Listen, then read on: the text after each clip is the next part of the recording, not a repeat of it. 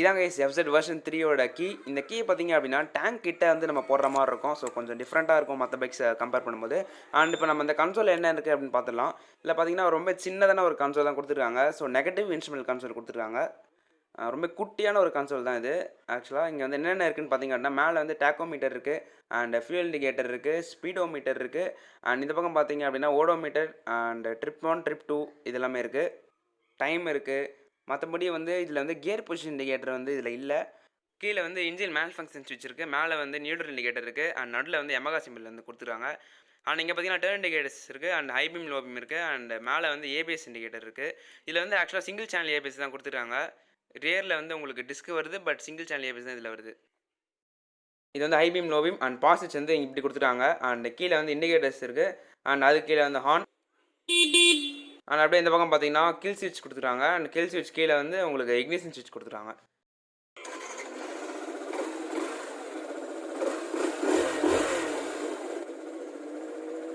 And guys இந்த வண்டியில் வந்து ஒரு வேறு லெவல் ஃபீச்சர் ஒன்று கொடுத்துட்டாங்க. இந்த செக்மெண்ட்டில் வேறு எந்த வண்டியிலுமே இது கிடையாது. ப்ளூடூத் மூலிமா உங்களோட வண்டியை நீங்கள் வந்து லாக் பண்ணிக்கலாம். ஸோ தட் உங்கள் வண்டியை வந்து தெஃப்ட் ஆகாது. கைஸ் இப்போ பார்த்தீங்க அப்படின்னா வண்டி நான் வந்து கீயை எடுத்துகிட்டு ஆஃப் பண்ணிட்டேன். ஸோ மறுபடியும் நான் இப்போ வந்து கீயை போட்டு ஆன் பண்ணணும்னு நினைக்கிறேன் அப்படின்னா கண்டிப்பாக வந்து என்னால் ஆன் பண்ண முடியாது. இப்போ பார்த்தீங்கன்னாலே தெரியும் உங்களுக்கு. ஸோ இப்போ வந்து வண்டி ஸ்டார்ட் ஆகலை. அண்ட் இங்கே பார்த்தீங்க அப்படின்னா ஒவ்வொரு வண்டிக்கும் ஒவ்வொரு பாஸ்வேர்டு இருக்குது. ஸோ இந்த மாதிரி நீங்களே உங்கள் பாஸ்வேர்டை செட் பண்ணிக்கலாம். ஸோ இந்த பாஸ்வேர்டை நீங்கள் போட்டிங்கன்னா மட்டும்தான் வந்து உங்களுக்கு வண்டி ஸ்டார்ட் ஆகும்.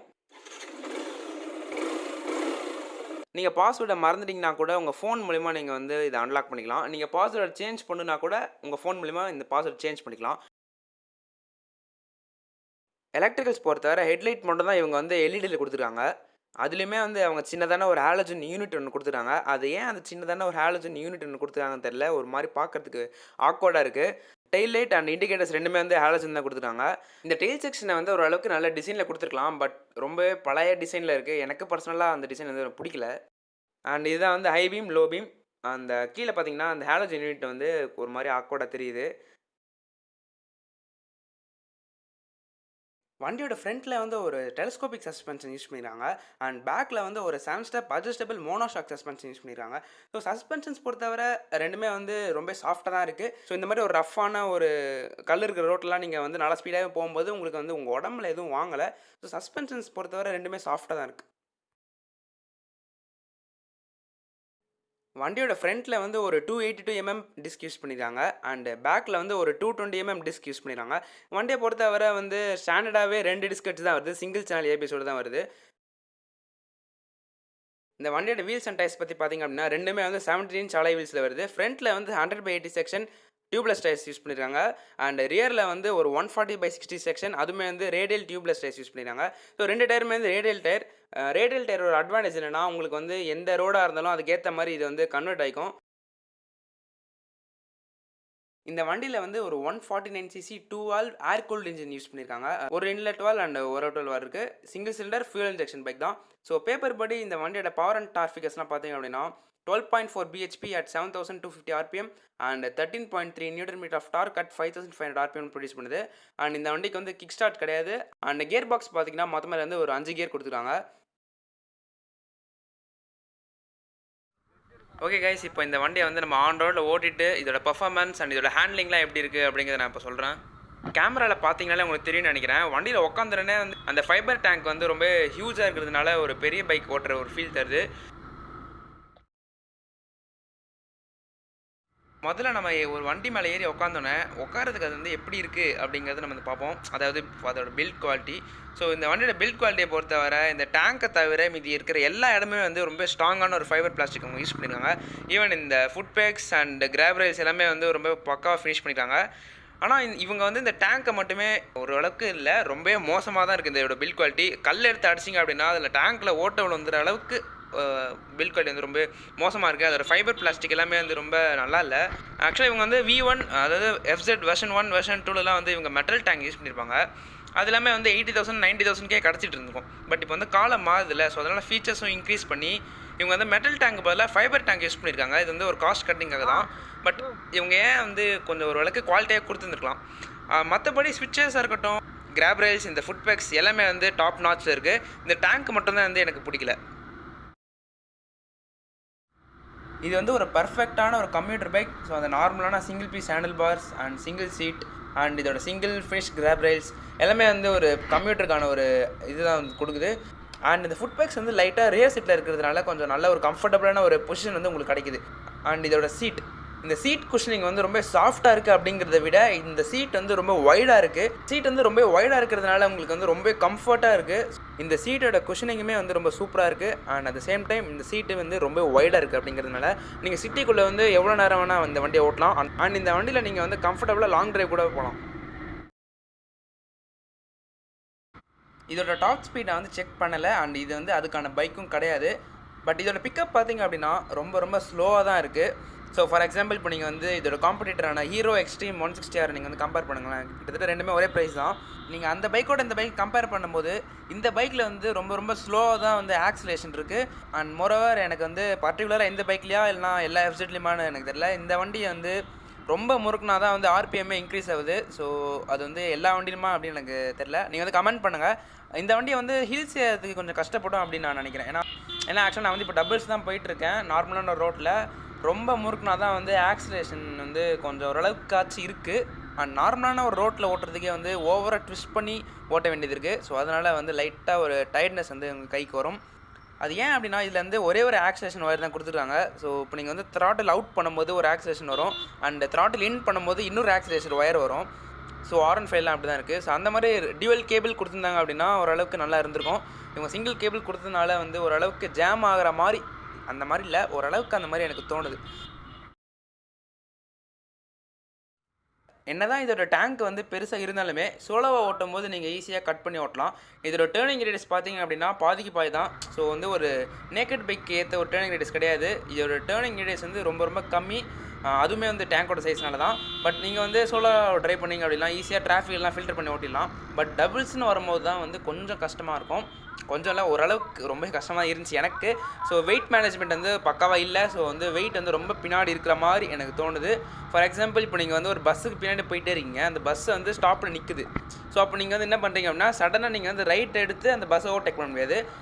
ஒரு கொஞ்சம் ஸ்டெப்ஸ் நீங்கள் வந்து பின்னாடி வந்ததுக்கு அப்புறமா தான் உங்களால் வந்து ரைட் எடுத்து அந்த பஸ்ஸை நீங்கள் ஓவர்டேக் பண்ண முடியும். சிட்டி யூசேஜ் பொறுத்தவரை ஹெவி டிராஃபிக்கில் இந்த வண்டியை ஓட்டுறதுக்கு வந்து கொஞ்சம் காண்டாக தான் இருக்கும். ஸோ இது வந்து பர்ஃபெக்டாக வந்து ஒரு சிட்டி யூசேஜுக்காக தான் இவங்க டிசைன் பண்ணியிருக்காங்க. பட் இந்த டேங்க்னால சில டிஸ்அட்வான்டேஜஸ்லாம் இருக்க தான் செய்யுது. கியர் ஷிஃப்டிங் பொறுத்தவரை இது வந்து லோ கியர் ரேஷியோ. ஸோ நீங்கள் வந்து 4th கியரில் போட்டு கூட 20-25 ஸ்பீடில் போகலாம். இன்ஜின் அடிக்கிற இஷ்யூஸ் எதுவுமே வந்து கிடையாது. இது வந்து ஒரு Yamaha இன்ஜின். ஸோ அதனால் உங்களுக்கே தெரிஞ்சிருக்கும் அந்த கியர் பாக்ஸ்லாம் கியர் ஷிஃப்டிங்லாம் வந்து எவ்வளோ ஸ்மூத்தாக இருக்கும் அப்படின்ட்டு. மற்றபடி இதில் வந்து ஸ்லிப்பர் கிளச்லாம் எதுவும் கிடையாது. ஸோ நீங்கள் வந்து அக்ரெசிவாக டவுன் ஷீட் பண்ணிங்க அப்படின்னா கண்டிப்பாக வந்து ரியர் வீலாக லாக் ஆகும். இது வந்து செம ஸ்மூத்தாக இருக்குது. So same like hero Xtreme 160R. So நீங்கள் வந்து அந்த வண்டியை பற்றின ரிவ்யூ நீங்கள் இன்னும் பார்க்கல அப்படின்னா மேலே ஐகார்டில் நான் தரேன், அந்த கண்டிப்பாக போய் செக் பண்ணி பாருங்கள்.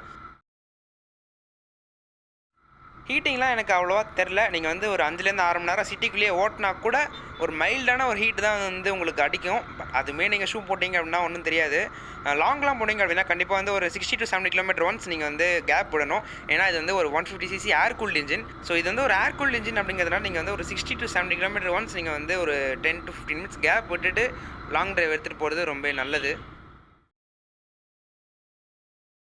Yamaha இன்ஜின்னாலே அந்த ரிஃபைன்மெண்ட் அது வந்து நல்லாயிருக்கும். இன்ஜின் வைஸ் பார்த்திங்க அப்படின்னா செம்ம குவாலிட்டியாக பண்ணுவாங்க. ஸோ வைப்ரேஷன் சொல்கிற அளவுக்கு எதுவுமே கிடையாது. ஓட்டும் போது எந்த இடத்துலையுமே வந்து தனியாக தெரில. அண்ட் இது வந்து bs6 அப்படிங்கிறதுனால இதோட எக்ஸாஸ்ட் சவுண்டுமே வந்து ரொம்ப ரெடியூஸ் பண்ணிட்டாங்க.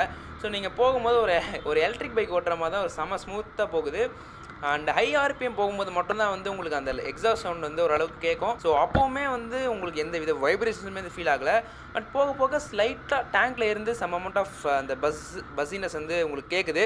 அது ஏன்னு பார்த்தீங்கன்னா இந்த மட்டமான டேங்க் குவாலிட்டி அப்படிங்கிறதுனால இல்லை, அது உண்மையாக சொல்லி ஆகணும். ஸோ அந்த டேங்க் குவாலிட்டி ரொம்ப மட்டமாக இருக்குது அப்படிங்கிறதுனால அந்த வைப்ரேஷன்ஸ் வந்து இந்த டேங்க் சைட்லேருந்து ஓரளவுக்கு பஸ்ஸுன்னு ஒரு கேட்குது. ஸோ இந்த மிரர்ஸில் வந்து ஓரளவுக்குமே ஷேக் இல்லை. ஸோ வந்து கிளியரான ஒரு விசிபிலிட்டி வந்து அது தருது. எந்த வித RPMலையுமே வந்து மிரர்ஸில் வைப்ரேஷன்ஸ் வந்து ட்ரான்ஸ்ஃபர் ஆகலை. இந்த வண்டியோட வெயிட் கம்மி அப்படிங்கிறதுனால டாப் ஸ்பீட் போகும்போது ஸ்டெபிலிட்டி மிஸ் ஆகுமான்னு கேட்டிங்கன்னா, ஆக்சுவலாக இதில் டாப் ஸ்பீடே அரௌண்ட் ஒரு 110 115 போகும். ஸோ அந்த ஸ்பீடுக்கு வந்து வெயிட் முக்கியம் கிடையாது. ஸோ அதனால் வந்து இவங்க வெயிட்டையும் குறைச்சி டாப் ஸ்பீடையும் குறைச்சி ஃபுல் அண்ட் ஃபுல் சிட்டி யூசேஜுக்கு ஏற்ற மாதிரி அவங்க வந்து இந்த பைக்கை டிசைன் பண்ணியிருக்காங்க. ஸோ டாப் ஸ்பீட்லாம் அவ்வளோ யாரும் போக மாட்டாங்க. அட்லீஸ்ட் ஒரு 90க்கு மேலே போனீங்கனாலே லைட்டாக ஷேக்லாம் இருக்கும், வாபிள் ஆகும். ஸோ அதனால் டாப் ஸ்பீட் போகும்போது அவ்வளோ இந்த வண்டி வந்து ஸ்டேபிளாக இருக்காது. நீங்கள் ஃப்ரண்ட் வைசர் போட்டிங்கன்னா கூட ஓரளவுக்கு வந்து அது ப்ரிவென்ட் பண்ணும்.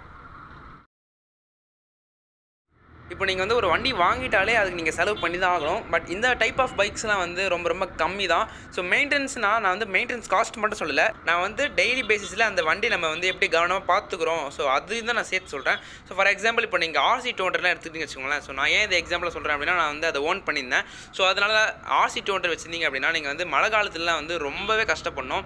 நீங்கள் லைட்டாக நீங்கள் எடுத்துகிட்டு போனீங்கனாலே சேர்லாம் வந்து முன்னாடி வாரி அடிக்கும், ஃபுல் வண்டியும் சேர் ஆகிடும், நீங்கள் வந்து தொடர்ச்சியே ஆகணும். அண்ட் இன்னொரு விஷயம் வந்து சஸ்பென்ஷன்ஸ் வந்து USD suspensions, upside down fork suspension அப்படிங்கிறனால இந்த மண் அந்த தண்ணி எல்லாமே அது உள்ளே போயிடும். ஸோ அந்த மாதிரி ஸோ நீங்கள் வந்து அப்படியே விட்டுட்டீங்க அப்படின்னா கண்டிப்பாக வந்து ஆயில் வந்து லீக் ஆகும். நீங்கள் அதையும் அப்படியே விட்டுட்டீங்க அப்படின்னா கம்ப்ளீட் செட்டு அந்த சஸ்பென்ஷனை நீங்கள் வந்து மாற்றுற மாதிரி இருக்கும், ரொம்ப செலவு இருக்கும்.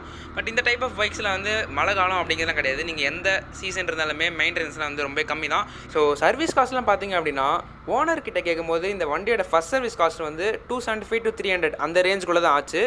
ஆயில் சேஞ்சு, வாட்டர் வாஷ், மற்றபடி இந்த ஜென்ரல் சர்வீஸ் எல்லாமே சேர்த்து 275 rupees ஆகிருக்கு. ஸோ ரொம்பவே கம்மி. எனக்கே வந்து ஆச்சரியமாக இருந்துச்சு, என்ன இவ்வளோ கம்மி அப்படின்ட்டு. சர்வீஸ் எல்லாமே ஈஸியாக நம்ம வந்து மெயின்டைன் பண்ணிடலாம், யாராக இருந்தாலுமே ஈஸியாக மெயின்டைன் பண்ணிடலாம் இந்த வண்டியெல்லாம்.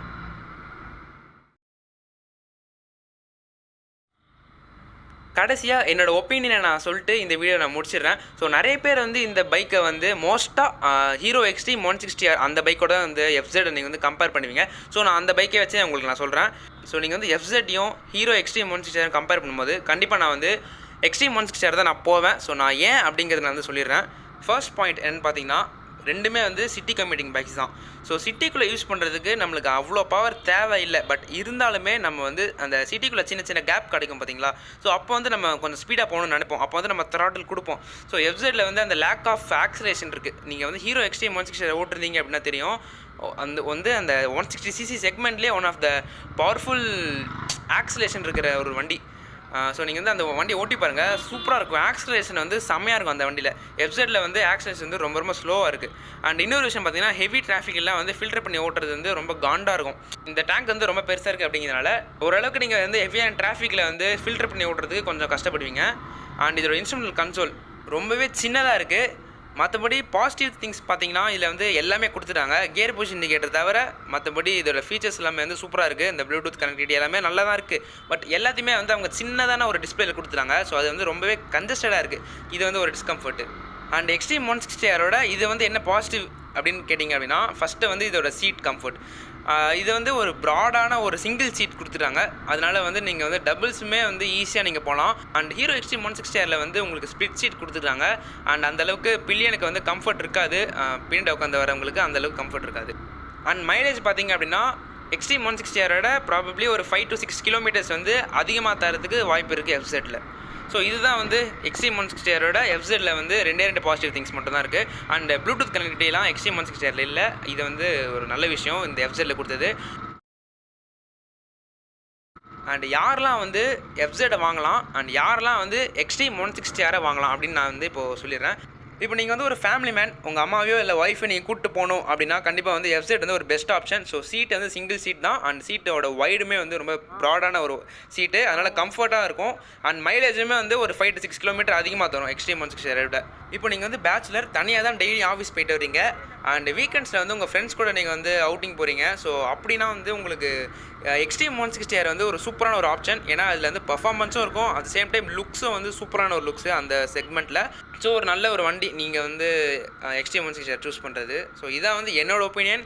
அண்ட் இதில் வந்து உங்களுக்கு ஒரு கருத்து வேறுபாடு எதாவது இருந்துச்சு அப்படின்னா கண்டிப்பாக வந்து கமெண்ட்ஸில் வந்து எங்களுக்கு தெரிவிங்க. இதே மாதிரி பைக் ரிவ்யூஸும் முக்கியமாக ஓனர்ஷிப் ரிவ்யூஸும் நம்ம சேனலில் வந்து வரதான் போகுது.